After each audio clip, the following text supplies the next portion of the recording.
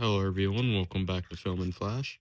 Today we're reviewing the Canon EOS Rebel T6i. This camera was released in 2015. It is a APS-C sensor DSLR with a 24.2 megapixel CMOS sensor. And it has a 6 image processor. And it has a relatively flexible ISO range of 100 to about 12,800 ISO. So not as good as most of the more high-end cameras today, but more than enough for most use cases for this camera. So it does have a fully rotational LCD screen.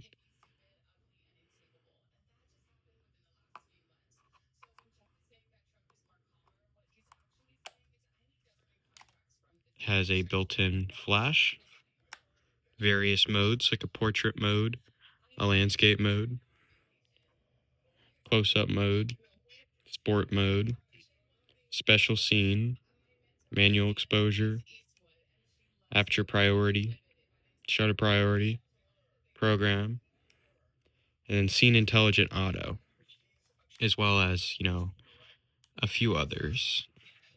So I'm not going to go through and tell you what all of these settings do because the LCD screen basically tells you. For most use cases, the Scene Intelligent Auto is generally sufficient. It does have a motor drive of, it does have a FPS of 5 frames per second if you're shooting, when a continuous shooting. Let's turn the flash off just because. I've noticed that the battery life is relatively decent with this camera. I would imagine you're going to need more than 2 batteries if you're going to be shooting all day.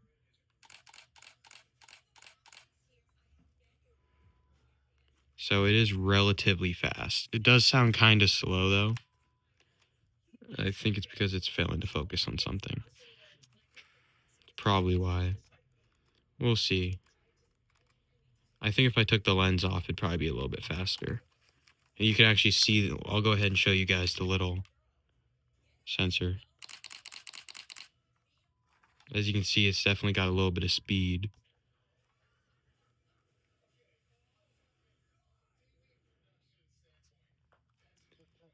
And it is obviously, I don't know if it's good to be firing it without a lens. I've seen people do it all the time, though, so it doesn't really matter. To put your lens on, you're going to align this little white marker and then just twist to the right. It's not like Nikon, it's righty-tighty, lefty-loosey.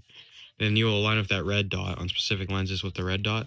And it is a fully touchable LCD screen. It is a 3-inch fully articulating. If you go ahead and look through the viewfinder, you can actually see, let's go ahead and just, it's like bleeding into my image.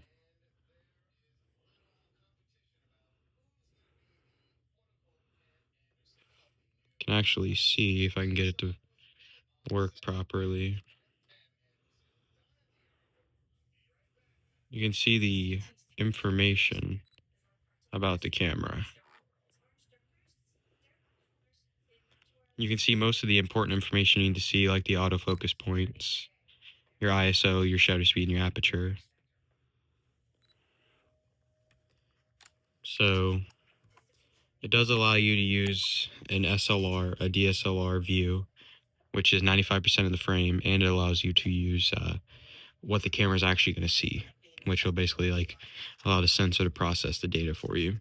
It does have a manual button you can use to actuate the flash on the side. It does have a button here for changing ISO, a display button. This is the button you'll most likely use to change shutter speed most of the time. It can record in 1080p full HD. Relatively decent. It does have a hot shoe for a flash sync or various other camera accessories. It has built-in white balance, various autofocuses and metering systems. It actually has something that I just tested out before I started this video called, it's compatible with Canon Camera Connect, which essentially allows you to fully remotely control your camera from your phone and have full control over your camera, all of its settings. You can take pictures right off of it and do all of this from your phone using the camera's built-in Wi-Fi, which I have found is definitely pretty neat. So, in my experience using this camera, I found that the image quality is pretty good with the standard Canon EOS DSLR lenses. They aren't incredible lenses, but they are more than enough for most people that this camera's marketed towards, which is beginners and amateur enthusiasts. That being said, is definitely not an incapable camera. You could definitely pull some professional level results. I already have taken a few pretty high quality photos with it. It's all about, your editing and your composition skills anyway, to be honest with you. But you can pull some pretty nice RAWs off of it as well. So that reminds me, it does have the ability to shoot in RAW and JPEG at the same time, like most cameras. It has a touchscreen shutter mode. It has all kinds of special things it can do. I have found, believe it or not, it has a very accurate internal clock, which I have no idea how it works, but as soon as I turned it on, it knew the time. It was really neat to me. Oh no, it wasn't this camera. It was a different camera that did that. I found it pretty unique. But it has been keeping time perfectly. So I don't know how it does that. I have also always kept batteries in it as well. Okay, so here's your little jack for a microphone.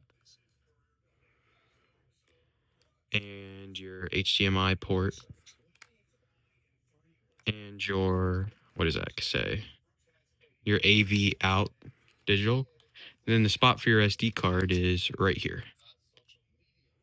Unfortunately, there are no two SD card slots, which a lot of people like, but this camera isn't really marketed towards, someone who needs that much storage.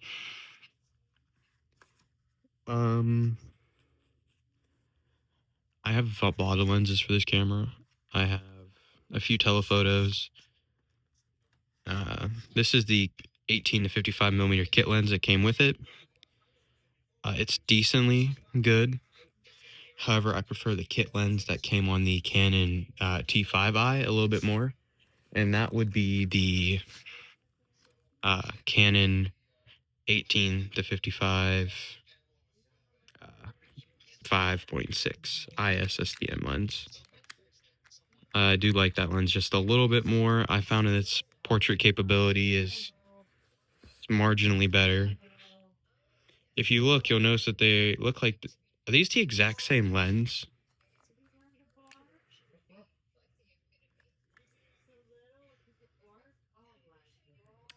Okay.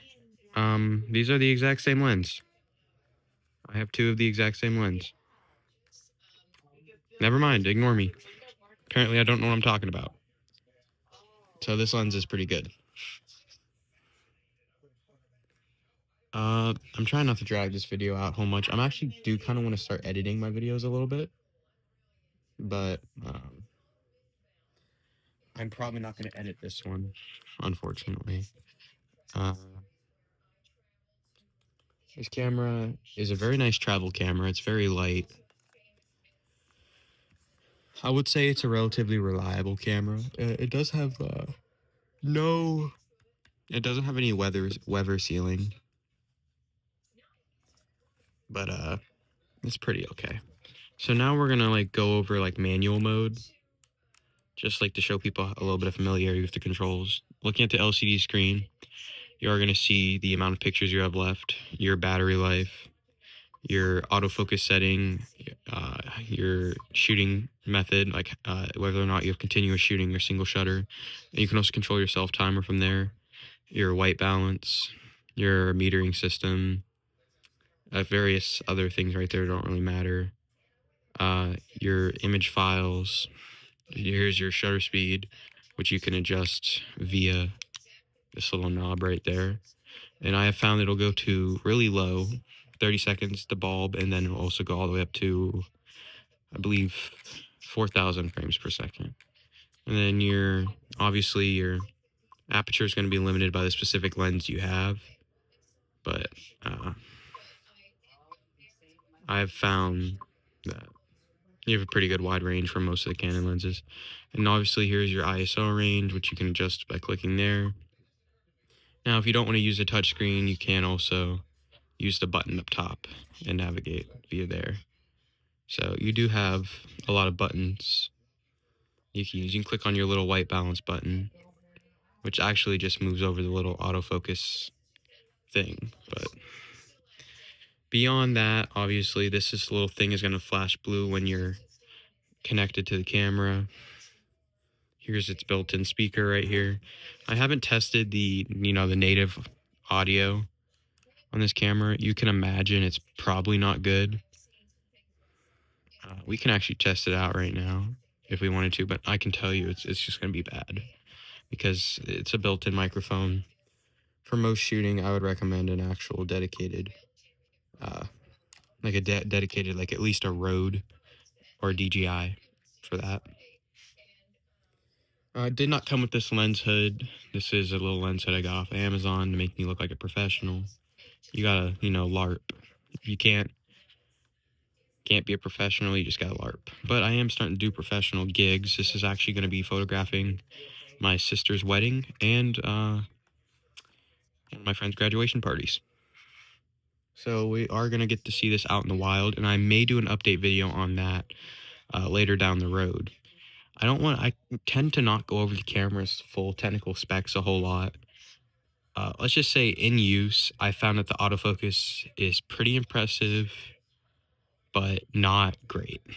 It does tend to try and run back and forth, which is called hunting for a subject when using telephoto lenses and focusing on small objects.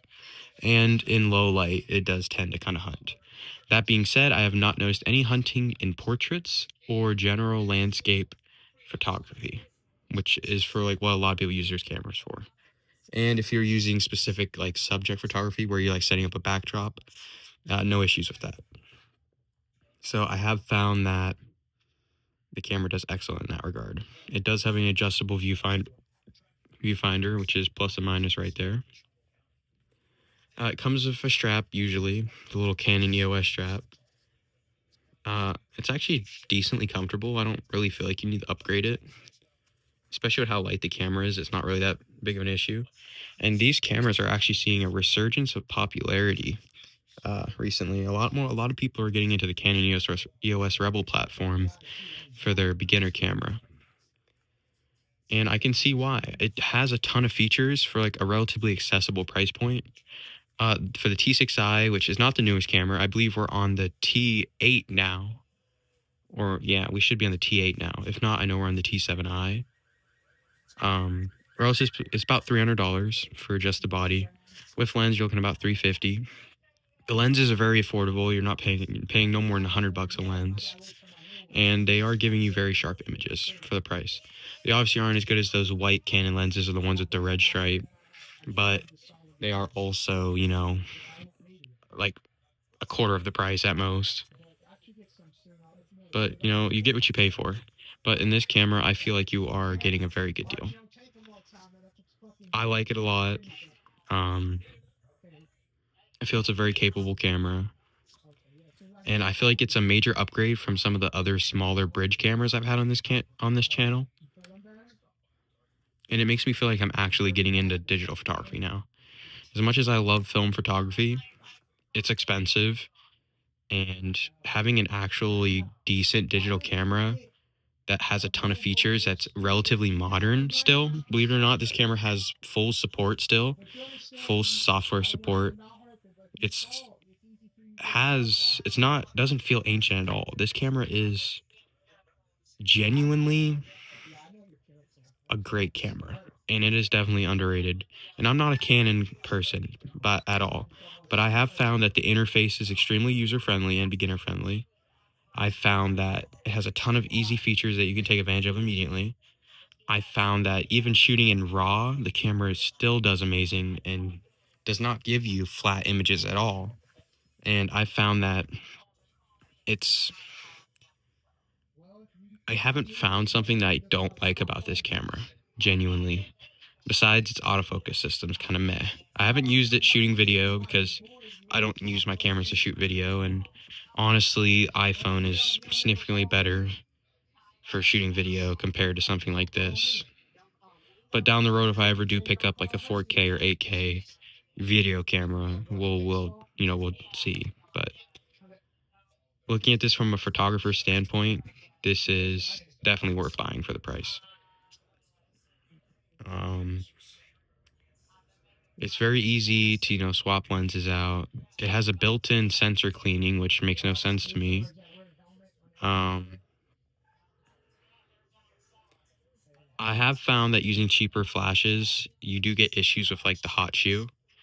Like if you use a flash that isn't a Canon, like a Canon DSLR flash, I found that sometimes you have issues with it properly syncing up. I did run into that problem a few times. That being said, I was using a cheap flash. I have a nice Canon speed light in my basement. I'm gonna have to put on this and see if I notice a difference. But just know if you're using a cheaper flash, you might have some issue with your sync. Would I recommend this camera? Overall, in an unbiased opinion, coming from someone who's neither a Canon supporter or a Canon hater, and someone who's neither a digital photography supporter or a hater, I'm genuinely just someone who likes taking good pictures like everyone else. I would 100% recommend this camera for a beginner or someone who is looking to try and get the most for their money. It is definitely feature rich and highly capable for sure. And it's compact. For a DSLR, it's really compact. It's honestly smaller than most mirrorless cameras are right now. I would 100% recommend this camera. You can't beat it for the price, obviously. Now, I would not recommend this camera for obviously professionals because mirrorless cameras have far superior battery life nowadays than DSLRs. I do need to charge these batteries up soon before my gig, because I do kind of want to start doing wedding photography. And you can honestly shoot wedding photography on this camera. You can't really shoot great video on this camera for wedding photography, but yeah, you could definitely use this camera professionally if you wanted to. Is it the best option? No, but definitely an option. That being said, if you are interested in this camera, it is widely available on eBay and various camera used websites. It is the EOS Rebel T6i, and it is commonly available with the 18-55mm kit lens. That is about all I have to say. It is compatible with it. Their lenses are not compatible with, oh my god, what am I trying to say? EFS lenses aren't compatible with Canon mirrorless cameras without an adapter, just so you know. So if you are planning on being like, man, I got so many lenses with my camera, I might as well stay on the Canon platform, just know you are going to have to invest in an adapter